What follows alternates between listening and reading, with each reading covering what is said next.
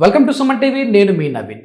రోజు ఒక గ్లాస్ పాలు తాగితే చాలా ఆరోగ్యంగా ఉంటాము, మన బోన్స్ కూడా స్ట్రెంగ్త్ అవుతాయి అని చెప్పేసి అంటుంటారు. కానీ ఆ పాలు ఏ టైంలో తాగాలి, అదేవిధంగా ఎలాంటి పాలు తీసుకోవాలి అనేది అయితే తెలుసుకుందాం. ప్రస్తుతం మనం వచ్చేసేసి జీవశ్రీ ఆయుర్వేద వెల్నెస్ సెంటర్లో ఉన్నాము. మనతో ఉన్నారు ఆయుర్వేద ఎక్స్పర్ట్ డాక్టర్ సుభాషిణి గారు. హాయ్ మ్యామ్, నమస్తే అండి. నమస్తే మ్యామ్, ఒకప్పుడు పాలు తీసుకుంటే మంచిది అనేవాళ్ళు, కానీ ప్యాకెట్ పాలు వచ్చిన తర్వాత పాలు తీసుకోకూడదు అనే వాళ్ళు కూడా ఉన్నారు.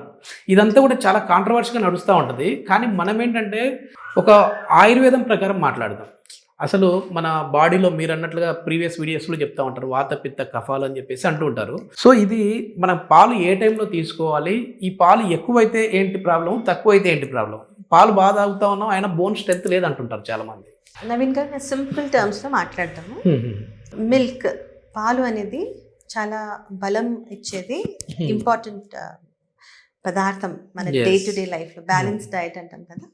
సో మనందరికీ తెలుసు దట్ పాలు తాగితే it is rich in calcium. So simple వర్డ్స్లో ఈ మధ్య కాలంలో పాలు అనేవి కొంచెం మిక్సింగ్, అడల్ట్రేషన్ ఇవన్నీ జరుగుతున్నాయి. ఆ టాపిక్ పక్కన పెట్టి how milk will impact our life అనేది మాట్లాడతాం.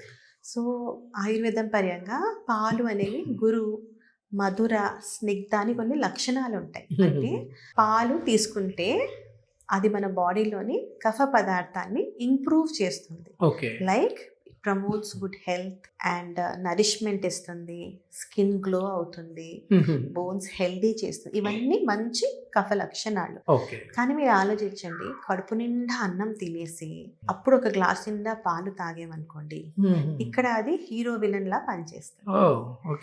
ఆల్రెడీ మీరు కడుపు నిండా అన్నం తిన్నారు, ఇప్పుడు ఈ పాలు మన తాగిన పాలు మన స్టమక్ లోకి వెళ్ళి డైజెస్ట్ అవ్వాలి కదండి. అది మన తినిన ఆహారం డైజెషన్నే హ్యాంపర్ చేస్తాం. అలాగే మనకి విరుద్ధ ఆహారం అని ఒక పదం ఉంది ఆయుర్వేదంలో. ఫ్రూట్స్, మిల్క్ షేక్స్, ఫ్రూట్ ని మిల్క్ ని ఎప్పుడు కలిసి తీసుకోవాలి. ఫ్రూట్స్ చేస్తూ ఉంటారు కదా, అంటే పాలతో. ఇప్పుడు చెప్పాం కదా, పాలు అనేది మధుర గుణం. ఇప్పుడు మనం ఫ్రూట్స్ తీసుకుంటున్నాం, ఫ్రూట్స్ సార్ అంటే వాళ్ళ గుణం వేరే, పాలు వేరే, తీసుకోకూడదు లేదండి, విరుద్ధ ఆహారం అయిపోతుంది. చాలా మంది ఇప్పుడు పెరుగు, ఇప్పుడు మనం బిర్యానీలో చక్కగా పెరుగు వేసుకుని తింటాం కదండి, అది కూడా కరెక్ట్ కాదు, దాని గుణాలు డిఫరెంట్. ఇప్పుడు చక్కగా పెరుగుతో మంచిగా తినేసి దానిపైన పాలు తాగకూడదు. కొంతమంది ఏం తిన్నా రాత్రి ఒక గ్లాస్ పాలు తాగండి అంటారు. ఆ టైమింగ్ ఇచ్చామా, లైట్ ఫుడ్ తీసుకున్నాక ఒక half cup of warm milk, ఎందుకు, ఇట్ ప్రమోట్స్ గుడ్ స్లీప్. ఆ మైండ్ఫుల్నెస్ తో మనం పాలు తీసుకోవాలి. ఇప్పుడు ఫుడ్ తిన్న తర్వాత గ్యాప్ ఎంత ఉండాలి ma'am? Again body to body. మనం సాధారణంగా ఒక 2-3 hours బిఫోర్ స్లీప్ తినాలి, డైజెషన్ అవుతుంది అంటాం కదండి. పడుకునే ముందు గోరువెచ్చటి పాలలో కొంచెం పసుపు లేదా కార్డమ్ అంటే ఇలైచీ వేసుకొని చిన్నగా బ్లాక్ పెప్పర్ వేసుకొని మరిగించుకొని తాగితే, కొంతమంది పాలు డైరెక్ట్ గా కట్ చేసి ప్యాకెట్ నుంచి తాగేస్తున్నారు ప్రాసెస్డ్ అని. కొంతమంది ఏం చేస్తున్నారంటే బాగా మరిగించాలి, అప్పుడే కాల్షియం అబ్జార్బ్ అవుతుందని అని బాగా మరిగించేస్తున్నారు. కొంతమంది పొద్దున్న పాలు కాచుకుని చక్కగా ఫ్రిడ్జ్ లో పెట్టేసుకుని చల్ల పాలు తాగేస్తున్నారు. So there are certain rules. ఆ రూల్స్ ని పాటించి హెవీ స్టమక్ ఉన్నప్పుడు అవసరమే లేదు. మీకు అలవాటు అంటే కొంచెం లైట్ ఫుడ్ తినండి, తర్వాత ఒకప్పుడు పాలు తీసుకోండి. బ్రేక్ఫాస్ట్ తినిన తర్వాత ఒక half cup of milk is enough. పడుకునే ముందు ఒక warm half cup of milk is enough అండి. అంతేగాని తాగాలి కదా అని ఫుల్ స్టమక్ తోని. అదే ఇప్పుడు ఎందుకంటే మేము మంచిగా ఈ పాలు తీసుకుంటున్నాం, అయినా సరే చిన్నగా అట్లా మేము నడుచుకుంటూ అట్లా వెళ్ళి కింద పడినామంటే బోన్ బ్రేక్ అయిపోతా ఉంది, డెన్సిటీ లేదంటున్నారు. మరి మేము ఇవన్నీ తీసుకుంటున్నా ఎందుకు జరుగుతుంది అంటుంటారు అట్లాంటి వాళ్ళు. సో ఇది మిస్టేక్ అన్నమాట. నవీన్ గారు, ఇది ఇంకోటి, ఇప్పుడు ఫ్రమ్ ద మౌత్ మనం అన్ని తీసుకుంటున్నాం. There is a big factory inside which is called gut. ఆ గట్ అనేది అబ్జార్ప్షన్ కూడా అవ్వాలి, డైజెషన్ అవ్వాలి, అక్కడ ఎంజైమ్స్ అని చెప్పి చాలా థింగ్స్ నడుస్తూ ఉంటాయి, అవన్నీ కూడా ప్రాపర్ ఉండాలి. అందుకే లాక్టోస్ ఇంటాలరెన్స్ అని మనం వింటాం కదా, అందరికి కూడా పాలని డైజెస్ట్ అవ్వదు.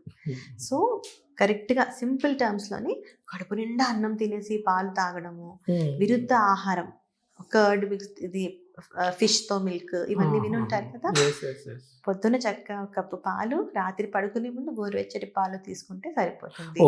మీ అబ్జార్ప్షన్ బాగుండాలి, మీ గట్ బాగుండాలి అంటే తినింది ప్రాపర్గా డైజెస్ట్ అవ్వాలి, అబ్జార్బ్. ఎస్ ఇప్పుడు బోన్స్ గురించి మాట్లాడదాం మ్యామ్. ఎందుకంటే ఇప్పుడు చాలా వరకు కూడా నీ పెయిన్స్ చిన్న ఏజ్లోనే వస్తూ ఉన్నాయి. 20 ఇయర్స్ 30 ఇయర్స్ వాళ్ళను మనం చూస్తూ ఉన్నాం. ఒకప్పుడు 60-70లో చూసేవాళ్ళం. నాకు గుర్తుండి మా తాతగారు 78 ఇయర్స్లో కూడా మోకాలు నొప్పులు ఏం లేవు, హ్యాపీగా అట్లా ఎక్కి దిగుతూ ఉన్నారు. వాళ్ళు మంచిగా పనులకు వెళ్ళి వచ్చేవాళ్ళు. కానీ ఇప్పుడు 25 ఏళ్ళకి 30 ఏళ్ళకే మోకాలు నొప్పులు అంటున్నారు. నాకు కూడా నొప్పి తీస్తూ ఉంటాయి అప్పుడప్పుడు. సో ఈ నీ పెయిన్స్ కావచ్చు, బ్యాక్ పెయిన్స్ కావచ్చు ఉన్నవాళ్ళు ఎట్లాంటి థెరపీస్ చేయించుకుంటే ఆయుర్వేదంలో వాళ్ళకి మంచి రిలీఫ్ కావచ్చు, లేదంటే బోన్ స్ట్రెంత్ కావచ్చు ఉంటుంది? నవీన్ గారు, మనం చాలా వీడియోస్ చేస్తున్నాం కనుక ఎప్పుడు గుర్తుంచుకోండి, మన బాడీస్లోని వాత పిత్త కఫ అని 3 దోషాలు ఉంటాయి. అవి సమాన మాత్రాల్లో ఉంటే ఆరోగ్యం అంటాం. ఓకే.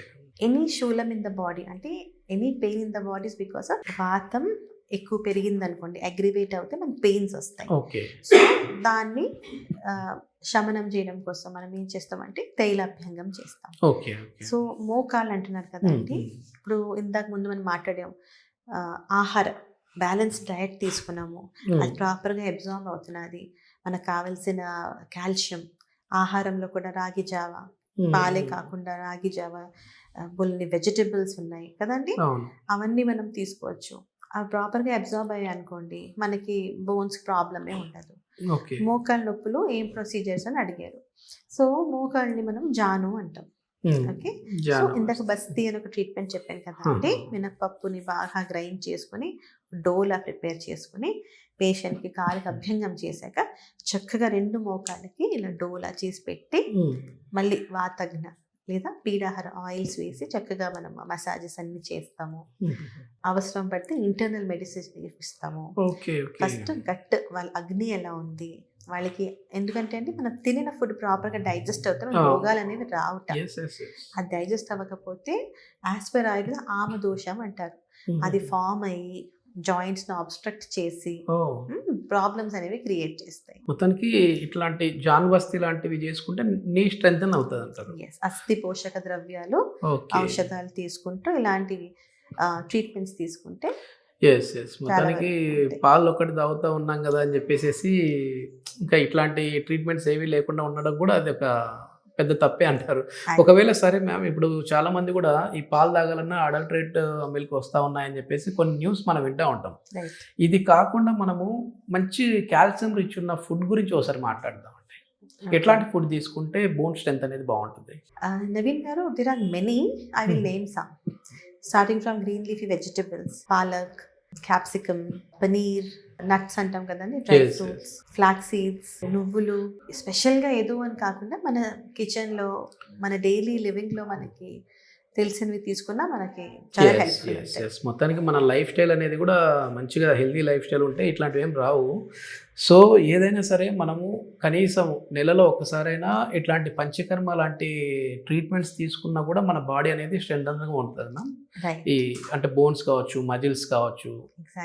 ఎస్ ఇది మొత్తం మీద కేవలం మనం ఏదో మిల్క్ తీసుకుంటా ఉన్నాం కదా, మనం హెల్తీగా ఉంటాము, మన బోన్ అనేది స్ట్రెంగ్గా వస్తుంది, ఇక మాకు వేరే ఏది అవసరం లేదు అనుకుంటే మాత్రం పొరపాటే. మీరు ఇట్లాంటి మిల్క్ తీసుకున్నా సరే మళ్ళీ మనం కాల్షియం రిచ్ ఉన్న ఫుడ్స్ తీసుకోవాలి. అది ఎంతవరకు మన బాడీకి అబ్జర్వ్ అవుతుంది అనేది తెలుసుకోవాలి. అదేవిధంగా ఏదైనా ఇట్లాంటి చిన్న చిన్న ప్రాబ్లమ్స్, మోకాళ్ళ నొప్పులు కానీ నడుము నొప్పులు కానీ ఉన్నాయి అని అంటే డాక్టర్ని సంప్రదించకుండా మీ అంతకు మీరే వెళ్ళి పెయిన్ కిల్లర్స్ మాత్రం వేసుకోకండి. సో ఆయుర్వేదం చెప్పేదాని ప్రకారం ఏంటంటే పంచకర్మ, అదేవిధంగా కొన్ని రకాల ట్రీట్మెంట్స్ అనేవి ఇక్కడ అవైలబుల్లో ఉంటాయి. సో జీవశ్రీ ఆయుర్వేద వెల్నెస్ సెంటర్ వారి కాంటాక్ట్ నెంబర్ ప్రొవైడ్ చేస్తున్నాం, మీరు నేరుగా వారితో మాట్లాడచ్చు. Thank you ma'am. Thank you.